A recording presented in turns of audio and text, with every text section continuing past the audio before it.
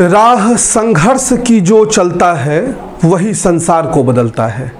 राह संघर्ष की जो चलता है वही संसार को बदलता है। जिसने रातों से जंग जीती है सूर्य बन के वही निकलता है।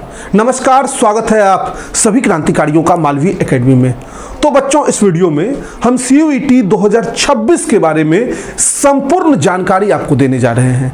अगर आप इस वर्ष 12वीं में हैं या 12वीं पास कर गए हैं और आप 2026 के किसी विश्वविद्यालय में दाखिला चाहते हैं, जैसे BHU, DU, JNU, AMU, AU, JMI, तो ऐसे अनेक विश्वविद्यालयों में एडमिशन लेने के लिए आपको एक एग्जाम पास करना पड़ेगा, जिस एग्जाम का नाम है कॉमन यूनिवर्सिटी एंट्रेंस टेस्ट यानी CUET। और आज इस वीडियो में मैं इसी पे बात करूंगा कि आप कैसे अलग अलग विश्वविद्यालयों की अपनी राह को आसान कर सकते हैं। अच्छा, इससे पहले क्या होता था? इससे पहले या तो 12th के बेसिस पे एडमिशन होता था या तो अलग अलग विश्वविद्यालय एग्जाम कराते थे। लेकिन सरकार ने एक बदलाव लाया। जिस तरह से JEE का एग्जाम, नीट का एग्जाम कंडक्ट होता है, ठीक उसी प्रकार एक परीक्षा आयोजित की जाती है, कॉमन यूनिवर्सिटी एंट्रेंस टेस्ट। और इसी टेस्ट के आधार पे अनेक विश्वविद्यालयों में जाने का आपका रास्ता साफ होता है।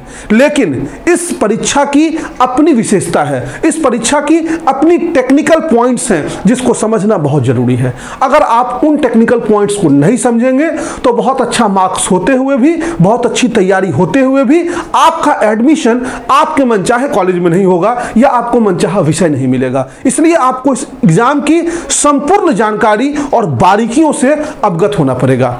आज जब हम तैयारी शुरू कर रहे हैं, मालवीय एकेडमी का उमंग बैच शुरू हो चुका है, तो इससे पहले कि बच्चे अपनी तैयारी शुरू करें, इस वीडियो के माध्यम से मैं आपके संपूर्ण जो डाउट्स हैं उसको क्लियर करना चाहता हूं। आप इस वीडियो को देखने के उपरांत ही अपने सिलेबस को डिसाइड करेंगे, अपने गोल को डिसाइड करेंगे और फिर उस ओर अग्रसर हो जाएंगे। अगर आपके मन में कोई कंफ्यूजन रहा और आप सोचते हैं कि वीडियो स्किप कर देंगे, सिलेबस ही है तो पढ़ लेंगे, ध्यान रखिएगा, अगर आपको बारीकियां नहीं पता होंगी तो आपके गोल में कब होल हो जाएगा पता नहीं चलेगा और फिर आपको रोना पड़ेगा। इसलिए हर बात को समझ लीजिएगा।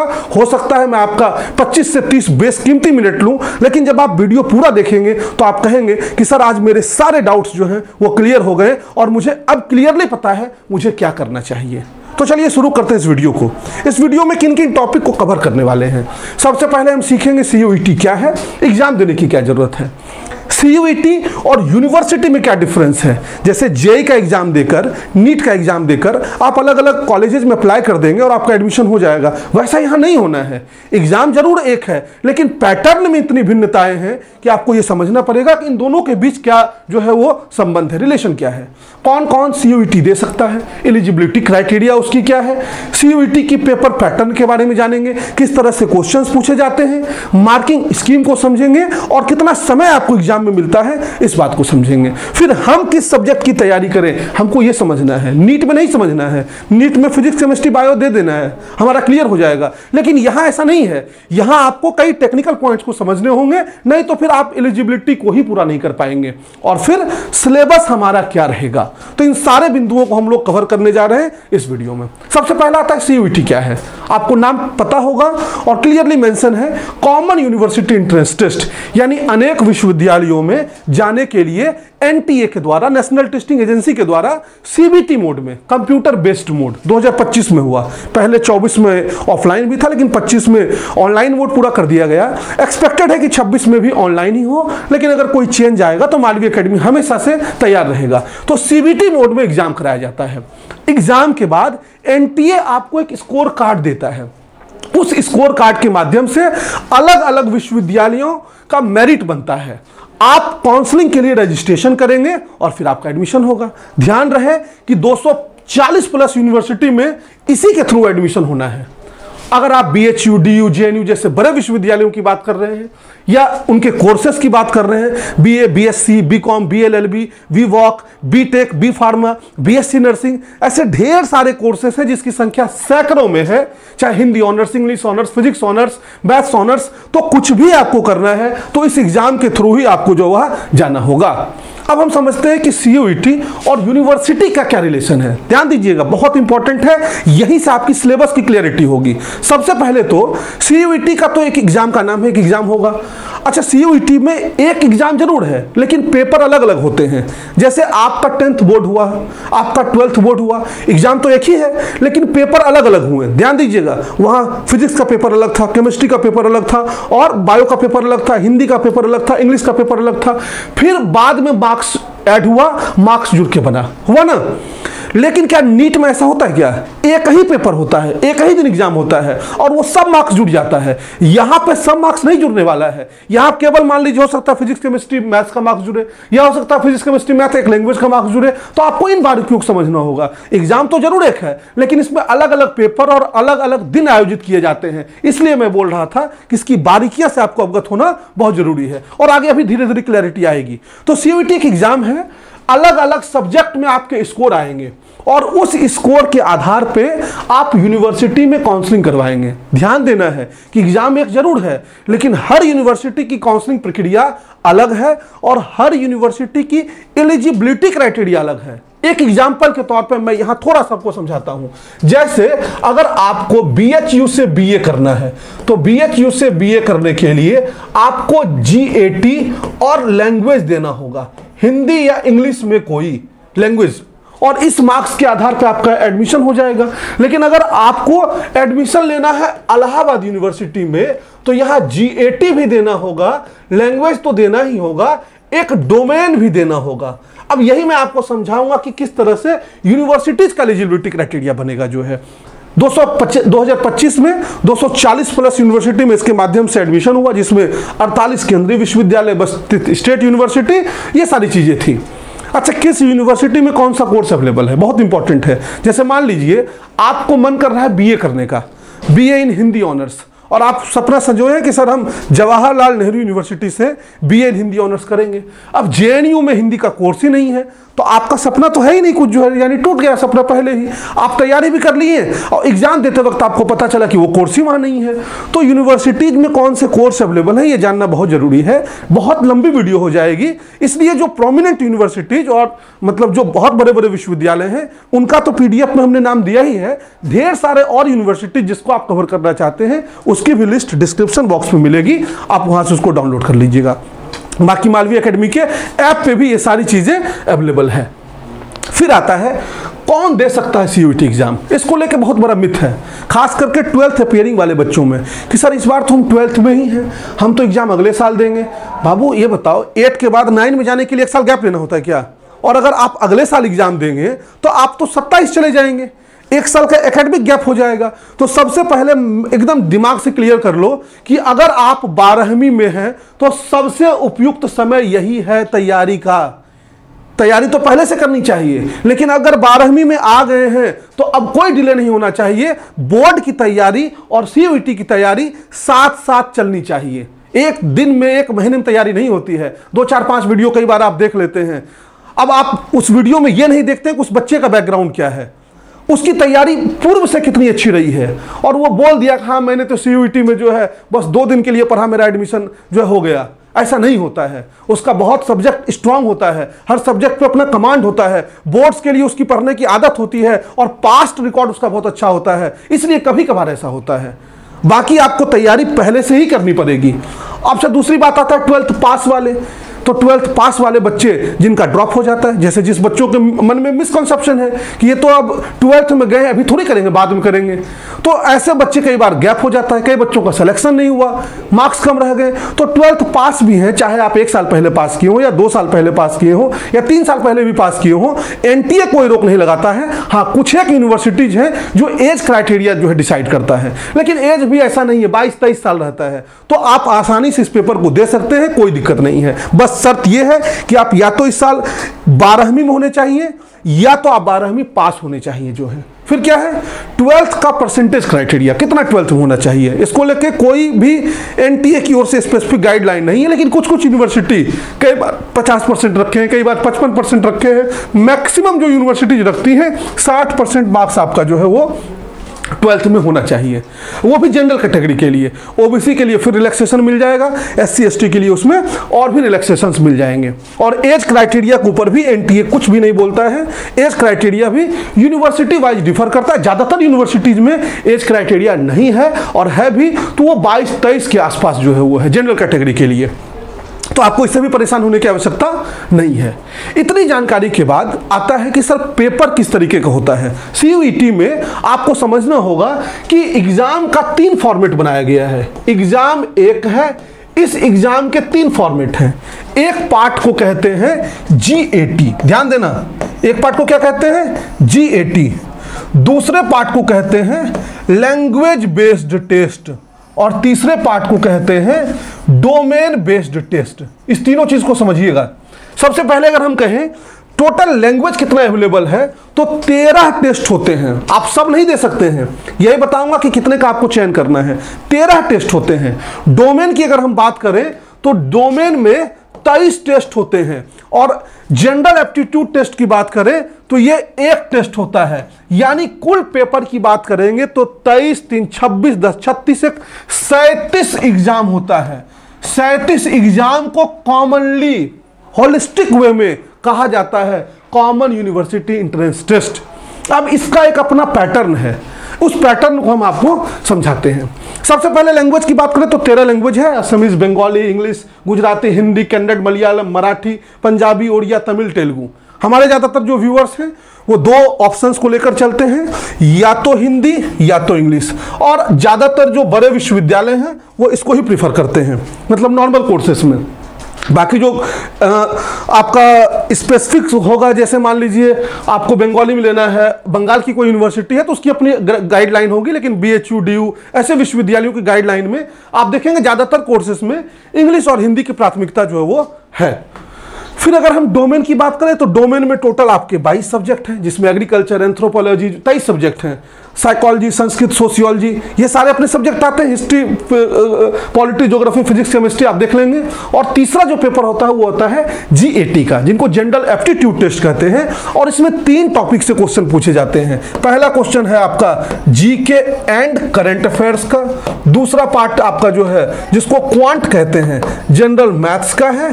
और तीसरा पार्ट आपका जो है लॉजिकल रीजनिंग का है, यानी रीजनिंग का पार्ट है जो है। तो इस 3 पार्ट से यहाँ पे क्वेश्चन जो पूछे जाते हैं। डोमेन की बात करेंगे तो डोमेन में जैसे एक बार हम देख लें, ध्यान देने वाली बात, ये जो 37 पेपर है, अभी सिलेबस की बात करेंगे, ये जो 37 पेपर है, क्या आप 37 का एग्जाम दे देंगे? नहीं देंगे। आप इस 37 में मैक्सिमम 5 सब्जेक्ट का एग्जाम दे सकते हैं। अब आप कहेंगे सर हम 5 काहे देंगे, मतलब काहे 5 एग्जाम दें? अब इस पे ऊपर भी आपको जवाब देंगे। 5 दे सकते हैं, ये तो है ही। उस 5 में कौन कौन दे सकता है, एनटीए कोई रोक टोक नहीं करता है। यानी तुम्हारा मन करे तो तुम जो है इधर परफॉर्मिंग आर्ट्स का एग्जाम दे दो, फिजिकल एजुकेशन का दे दो, मास मीडिया का दे दो, फिर मन करे तो मलयालम का दे दो, और मन कर जाए तो जो है कोई और सब्जेक्ट चूज करना है तो दे दीजिए। कोई 5 एग्जाम आप दे सकते हैं, एनटीए का कोई रोक टोक नहीं है। लेकिन समझने वाली बात है, यूनिवर्सिटी वाला रिलेशन जो है अब निकल के आएगा कि किस विश्वविद्यालय के साथ क्या रिलेशन सब्जेक्ट का है। मीडियम ऑफ जो एग्जाम होता है वो आपका इंग्लिश मीडियम और हिंदी मीडियम दोनों है, और जो लैंग्वेज स्पेसिफिक है वो तो लैंग्वेज में होगा, और अलग अलग भाषाओं में भी है।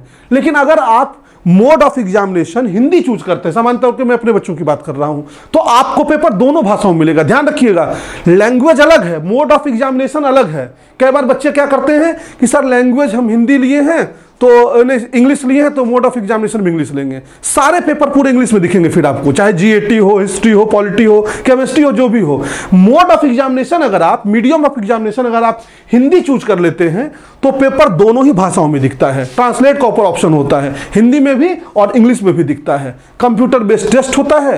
एक्सपेक्टेड जो एग्जाम डेट है वो आपका मई 25 में होने वाला है, और ऑब्जेक्टिव टाइप के क्वेश्चंस पूछे जाते हैं, जिसमें आपको 4 विकल्प मिलते हैं, और उन 4 विकल्पों में आपको सही उत्तर जो है वह चूज करना है।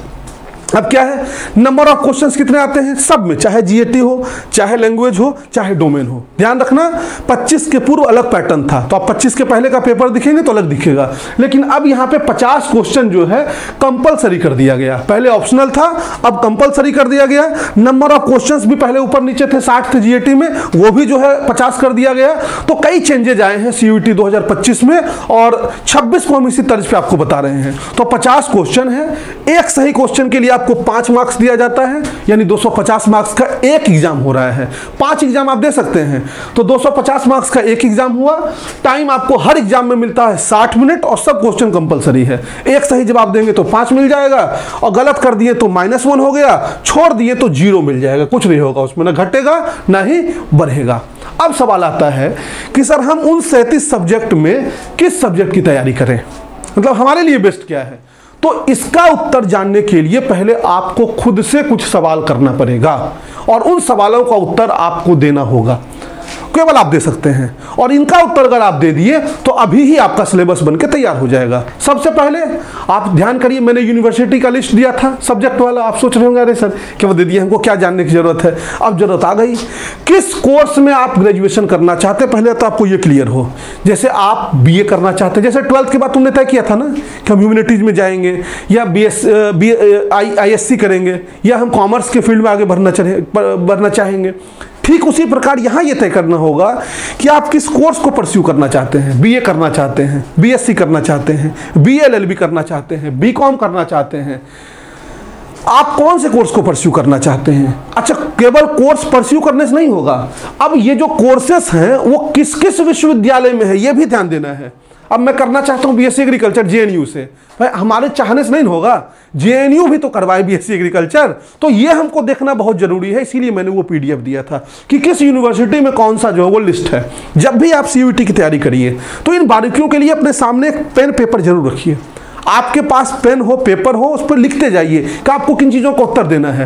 अब आपके द्वारा चुना गया कोर्स किस किस विश्वविद्यालय में, उस लिस्ट में आप देखेंगे। विश्वविद्यालय चुने कोर्स का पेपर पैटर्न कैसे तय करता है, ध्यान देना। 37 सब्जेक्ट हम बताएं आपको, लेकिन 37 सब्जेक्ट में NTA कहा पहला लिमिटेशन, केवल 5 पेपर दे सकते हो। और अब यूनिवर्सिटी कह रहा है कि हमारे गाइडलाइन को समझो, ऐसे सब्जेक्ट का चुनाव करें जिससे अधिकांश विश्वविद्यालय के लिए आपकी एलिजिबिलिटी हो जाए। फॉर एग्जाम्पल 37 पेपर में हमको चूज करना 5 पेपर। कितना चूज करना है? 5 पेपर, ठीक ना। और मुझे करना है सपोज करिए BA, क्या करना है? BA। तो पहले तो हम कोई 5 पेपर चूज करना चाहेंगे। अब कोई जरूरी नहीं 5 चूज करें, कई बार 2 से ही काम चल जाएगा, कई बार 3 से काम चल जाएगा, कई बार 4 से काम चल जाएगा, कई बार 5 भी चूज करना पड़ सकता है। तो ये हमको समझना होगा कि कैसे चूज करना चाहते हैं। जैसे मान लीजिए हमने पहला क्वेश्चन क्या कहा, देखना यहाँ से उत्तर मिलेगा। हमने पहला कहा हमको क्या करना है, मैंने निकाल लिया सर हमको BA करना है। दूसरा क्वेश्चन है किस विश्वविद्यालय में है, हमने निकाल लिया यहाँ पे सर BA करना है। BA हम BHU से करना चाहते हैं, BA हम जो है JNU से करना चाहते हैं, BA जो है हम AU से भी कर सकते हैं, मौका मिलेगा तो DU से भी कर सकते हैं। यही आपको समझना है।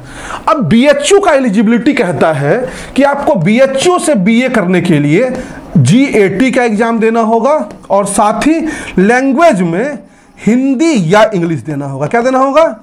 हिंदी के थ्रू भी लेंगे और हम इंग्लिश के थ्रू भी आपका लेंगे, कोई दिक्कत नहीं है। यानी टोटल मार्क्स जो है ये 250 यहाँ होगा और किसी एक का 250 यहाँ, यानी इस 500 मार्क्स में जो है वो हमारा एडमिशन होगा। ध्यान देना कितना यूनिक देखो तरीका है।